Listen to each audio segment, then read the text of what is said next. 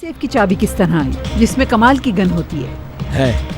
और भी जराए हैं जिनकी मदद लेकर मैंने ये सब कुछ किया है, लेकिन अभी ये बात करना बिल्कुल बेकार होगा। वक्त आने पर बताऊंगा।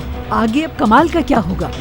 वो भी जानता हूँ, लेकिन मैं समझता हूँ कि ये हम सब के लिए बहुत बेहतर होगा, बल्कि बहुत अच्छा होगा कि कमाल कुछ वक्त तक जेल के अंदर रहे तो हम सब के लिए बहुत अच्छा होगा। क्या हो गया है तुम्हें?